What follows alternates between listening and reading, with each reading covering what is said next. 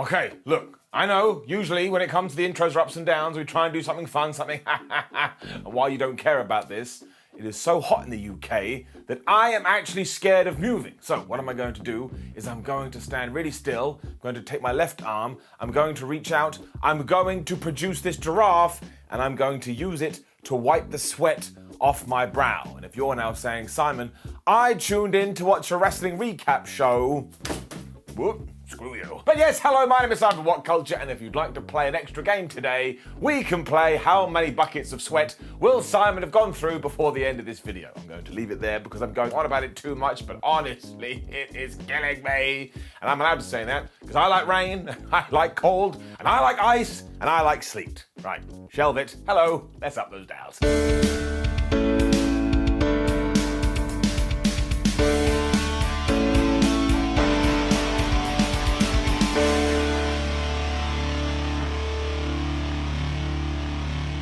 Right, let us get something straight. I love Titus O'Neil and I think he is a super duper whooper good dude. And in fact, if more of us tried to be like Titus O'Neil, I think the world would be a better place. Okay, I'm glad we got out of the way, because he was in the ring to start off Raw, and while this was spun like, oh my gosh, we're in Florida and Titus O'Neil is from Florida, he was here to tell us that WWE is a safe place and everybody in WWE will love you and you can love everybody in WWE, and if you need a hug, they will accept you with their warm, loving embrace, and we're all dancing around going, oh, peaches and cream. He also said that World Wrestling Entertainment is there as an escape to all of your problems, and he's 100% correct, and in fact, that's something I try and use here on Ups and Downs. I just want to try and entertain you and put a smile on your face. However, it was quite obvious what WWE was going to do here. The irony being, because you could see through it, it was like, well, now you're taking all the shenanigans and all the controversy and you're mixing it with the WWE, which you just told me you're not going to do. So just stop muddying the waters, because that's exactly what this segment is. I mean, at the end, Titus probably looked in the camera and gone, wink. He should have said it too. So it is a down, and please can we just leave it there? I mean, the last few weeks have been troublesome enough. And again, Titus O'Neil, absolute hero, and I think he is a great person, but we should not have done this. Even though we did do it though, WWE still treated that like it was some kind of DLC for a game you didn't want, because I assumed that was the opening Raw promo, but it wasn't the opening Raw promo, it was just some kind of extension, because then we got the opening Raw promo. Forgive me, that confused my brain and I fell down. It was Becky Lynch though, and she came out and said that she has so much momentum, she's kind of like a train, so from now on she's gonna call herself the Big Time Bex Express. Straight away, I was clapping, because this is the kind of goofy wrestling that I always want in my life. She also told us that she gets to fight the women's champion at SummerSlam, which was a little bit weird, because I'm like, weren't you in a slump 8 seconds ago? How did you manage to climb the ladder so fast when Bianca Belair came out and said, listen to me, Lynch, you shut your pie hole, this isn't your comeback story, it's mine, and it started at SummerSlam last year. Now I'm the champ again. She is also going to beat Carmella for the 67th time in around about a few minutes, and then it will be Bianca Belair versus Becky Lynch at the premium live event. And this is when Carmella arrived, and she said, I'm the badass with a great ass. I was like, look, Carmella, I agree with you. You don't get the respect you deserve, but you can't rhyme ass with ass. That's not even rhyming. Then it's like songs that go, walking down the street, which one is my street? I mean feet. Feet is right there, walking down the street, looking at my feet. It's like Avril Lavigne. So what Carmella really should have gone with is, I'm a tough lass with a fine ass. Thank you very much. To tie into last week though, Carmella had somehow waved her magic wand. All of a sudden told us that if Bianca Belair gets counted out on this very eve, Carmella will become the champion. And then of course the bad guys beat the good guy up and the referee said, oh, Bianca Belair, are you able to compete? And as soon as she went, yes, he went, all right, fine, let's just do it. I mean, why even bother asking the question? And of course we did this to make you think that maybe, just maybe, the EST was going to lose, but that was never going to happen. And given the stipulation, we kept teasing that maybe Bianca Belair was going to get counted out. Becky Lynch was interfering, and Carmella was throwing her into Rita the Rim Post and Simba the Steel Steps. Of course it did not happen. I did kind of question this because I was like, shouldn't Becky want to face Bianca Belair? But why do things have to make sense? Although I will say, for the 92nd time, whatever it's been, Bianca and Carmella do have some really good chemistry here, so I hope now that we are done with the feud, we make sure we find a new story for Carmella. Otherwise, we actually did repeat everything we had done in the past, because eventually Carmella slapped Bianca Belair, so she was like, man, I hate you so much right now. She gave her the KOD, and she won. Lynch also grabbed the title afterwards, and she threw it at Bianca's feet, so we are now starting that program, which will culminate at the SummerSlam Premium Live event. And look, these guys always have good matches. What they did at WrestleMania was absolutely superb, so all of this was okay. And it was also damn clean, so bring it down. The clean finish counter rolls up to 20. But don't worry, in a few minutes this episode of Raw falls off the cliff, so finally we can justify it. Sarah Schreiber was then asking the Street Profits about SummerSlam, and they're really excited that Jeff Jarrett is gonna be the special guest referee. So I was like a kid in class. My hand went right up and I was like, yes, hello Angelo, hello Montez, can you tell me why? They didn't, and instead Ford jumped in and said, oh, it doesn't even matter who the special guest referee is, because we're gonna become the brand new tag team champions. When in walked MVP and Omos. They just wanted to remind Dawkins that they had pinned him last week, and Angelo's all like, oh man, I'm so mad right now. Why don't we do a tag team match? But MVP was like, nah, I'm gonna go talk to Carmella instead and book a singles match. Of course, he didn't go to Carmella, but earlier she was booking the show.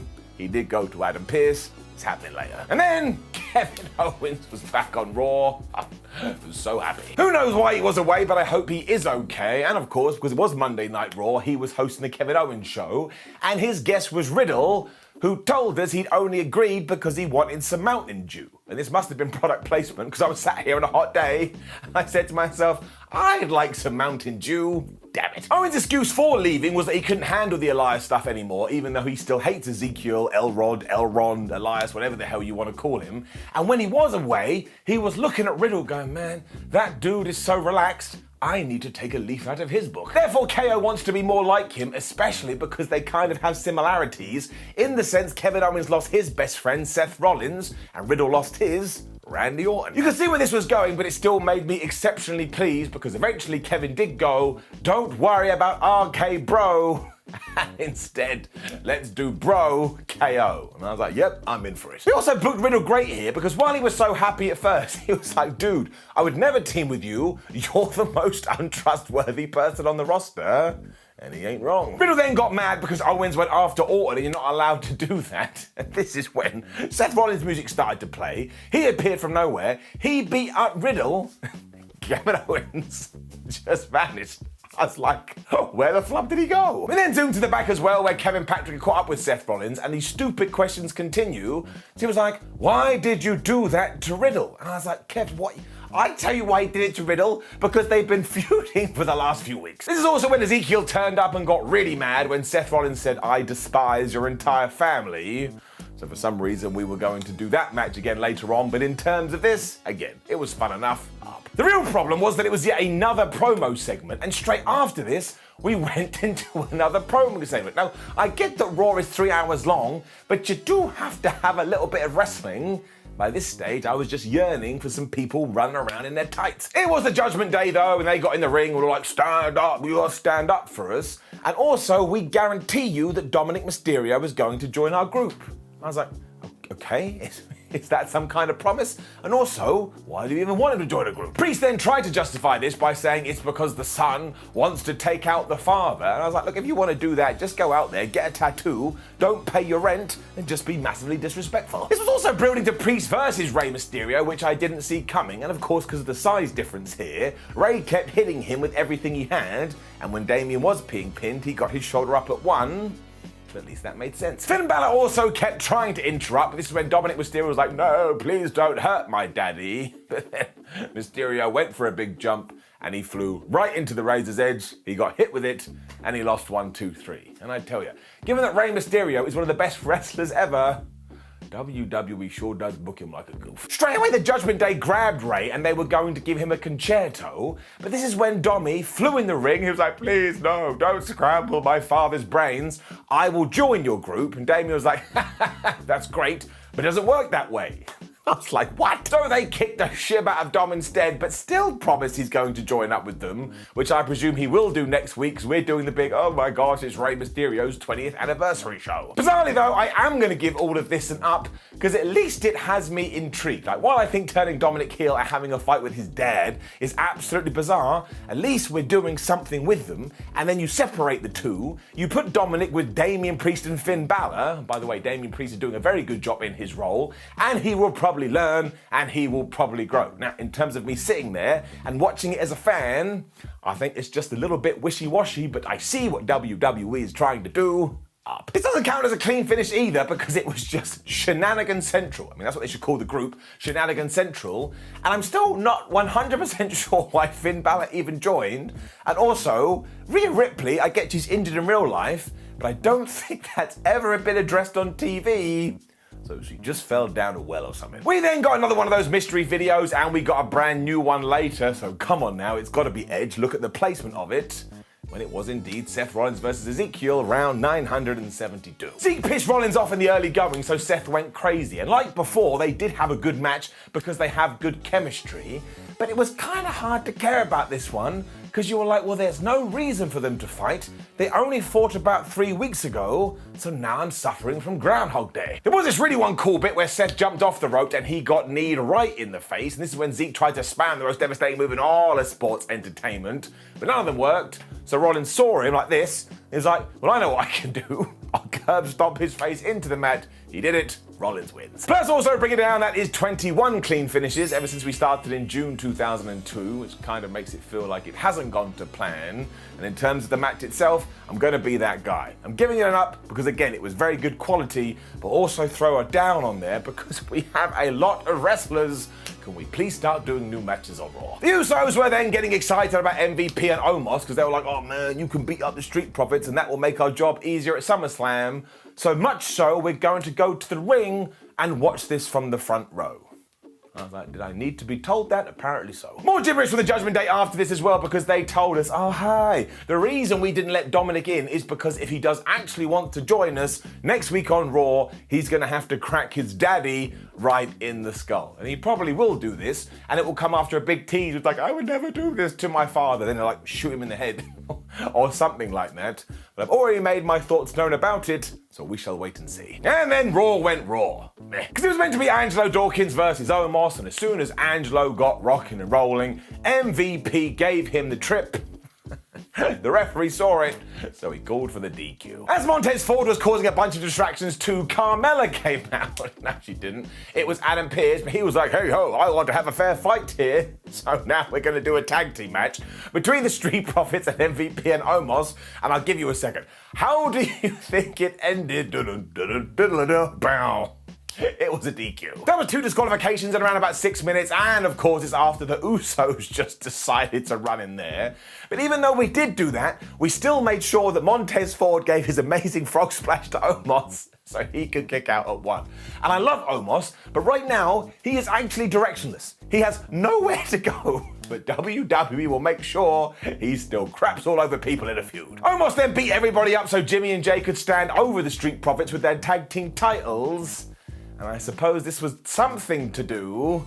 I'm giving it a down. The weirdness then continued because The Miz was about to be interviewed when Veer walked into the screen. He stood around for ages and then just went boom, as if he thought he was a ghost. He then went ha ha ha ha, like he was Sagat from Street Fighter 2. And he walked off. Now really we should be going, oh no, this was the worst thing ever, but I like this version of Veer. He is far more interesting than one we had before, and if WWE can just come up with some kind of plan for him and make sure they utilize him properly, well, there may actually be something here. Miz still snuck in and was all like, oh, well, that's unexpected, and told us that we're going to get Miz TV later with his guest Logan Paul. We'll talk about it. We then had another long promo, this time with Theory, and once again, you probably need to chop these up a little bit. And of course, he was going on about, I'm Mr. Briefcase, I'm Mr. Money in the Bank, everybody is going to see me win the championship at SummerSlam. The whole time, the fans just went, what?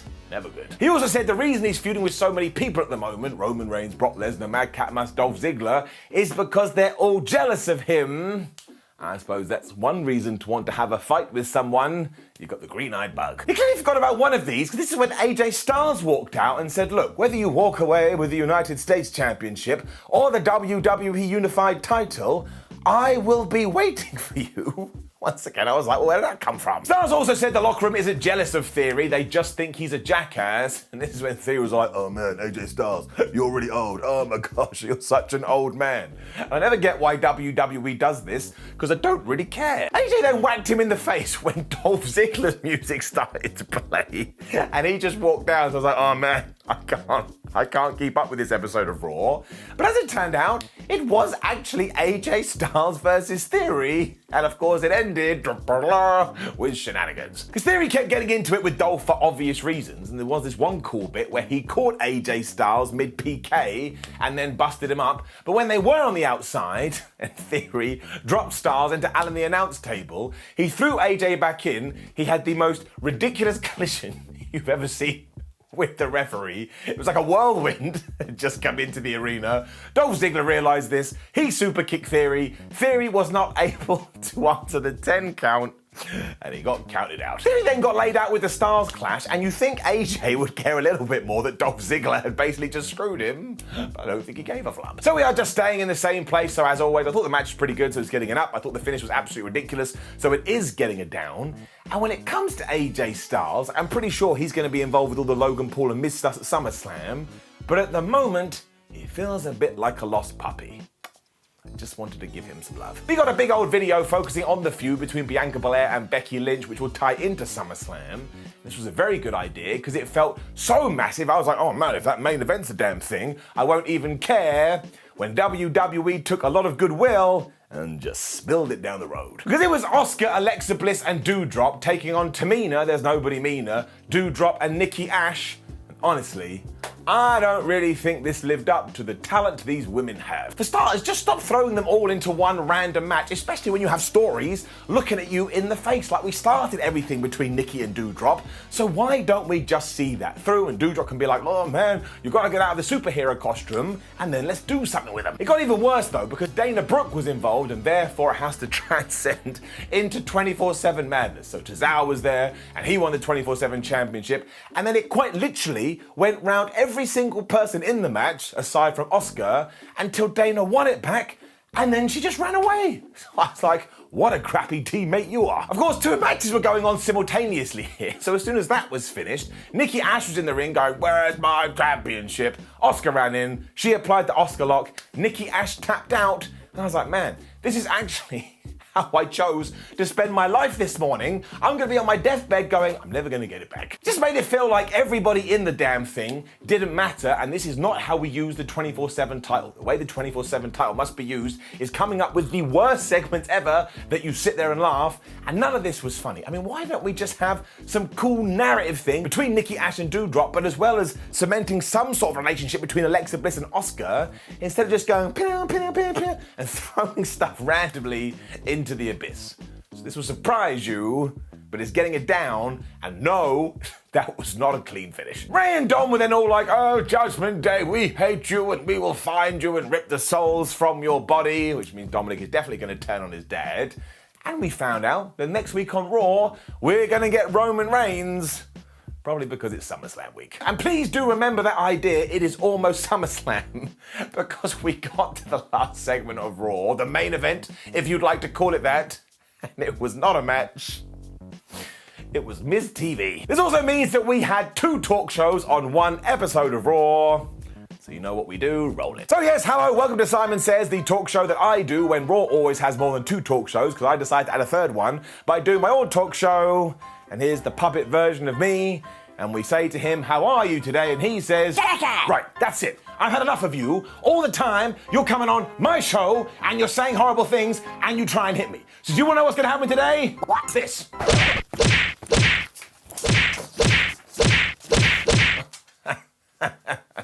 Roll the clip. I mean, there's no clip. Please don't arrest me. Mrs. Guest, of course, was Logan Paul, and Logan Paul's all like, I want to fight you at SummerSlam. The Miz was like, you don't understand the treacherous world of WWE. You need to team up with me, because don't forget at WrestleMania we did that and we beat the Mysterios. And I was like, so what, Miz? After the fact you gave him a skull-crushing finale, so you null and voided all of this. It would be like you're in a relationship and your partner cheats on you, and then they come back and say, well, we may as well stay together because we're a good doubles tennis team. It's like, who the fuck cares? Miz also tried to tell Logan that he was just trying to teach him. We are actually trying to make Paul the babyface here, which is going to be interesting. And given that he got nowhere with it, he turned to Logan Paul and said, no, I do not accept your challenge. And then died inside because we were told next week Logan is going to be hosting his own better version of Miz TV. I was like, oh man, that's going to be an absolute train wreck. When yes, we started talking about the Miz's balls again, to the point the Miz revealed his t-shirt and it said, I have massive balls. I do not care about anybody's testicles. I just want to make that very clear. Let's say for argument's sake, the Miz does have balls that are the size of peanuts. Okay, good for him. I hope he's managed to find peace with that and he's living the best life possible. It's just testicles. I actually thought about turning Raw off when he did reveal this, because I was like, man, this has gone completely in the direction I was not expecting. Although look, WWE is obsessed with talk shows, so here's one for you, groin talk. And you can get a microphone and you can just stick it right in somebody's groin and you just know that Vince McMahon would love it. This is when Ciampa once again appeared from nowhere and helped The Miz, and Ciampa's always in his wrestling gear, always ready. I love that guy, and given that afterwards The Miz was all like, this is my house, damn it, you gotta assume, like we've already said, AJ Styles will be the other guy. Now I think this actually would have been fine if you had stuck it in the middle of the show, but as the last thing I saw on Raw, it left me feeling pretty flat. Gotta get it down. Which did bring us to the end of Raw, and while it wasn't terrible or awful or anything like that, something was just missing this week. I mean, there's every chance it's just me, and I was too damn hot, so I was like, man, I'm so miserable. I was being a miserable Mike and negative Nancy. I do accept that, but ultimately, I like to be transparent. I like to be honest. Just getting it down. Now please do leave a comment below and let us know what you thought about last night's episode of Raw. Like the video, share the video and subscribe. Hello to WhatCulture.com, where you can read yourself some articles. Make sure you come follow us on social media, and we do have other videos and a lot of ups and downs. Please do go watch every single second of every video we've ever done. My name is Simon WhatCulture. Thank you for joining me as always. In terms of how much did Simon sweat, there's actually like a layer of liquid on top of my arms. Boy howdy, I'm sexy. Goodbye.